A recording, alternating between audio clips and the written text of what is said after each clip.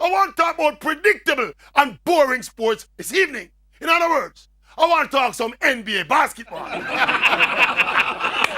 What's been happening over the past 2 seasons with the Golden State Warriors has rendered the NBA a farce. This is supposed to be a competitive professional league, but it is not. Everybody knows 100% which team will win before the first whistle is blown. And that goes to the core of the value and integrity of the league. And look, people will say, I don't like Golden State Warriors. And if it was Cleveland or New York dominating the league, I wouldn't say nothing. That might be so. But seriously, even if it was my team winning and winning and winning, it would not get too boring and predictable. No matter how it's promoted and hyped up, for professional sport to be credible, it must be competitive and unpredictable.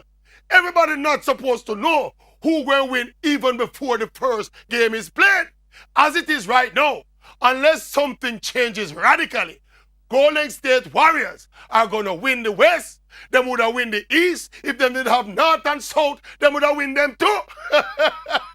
And I'm going to win next year, and the other year, and the other year, and the other year. Not even the wagonist phenomenon, where a lot of people are now jumping onto the Golden State wagon because them a win. Not even that can reverse the essence of old-fashioned competitive sport. All me I say is that the Golden State Warriors dynamic is bad for sport. And it is bad for the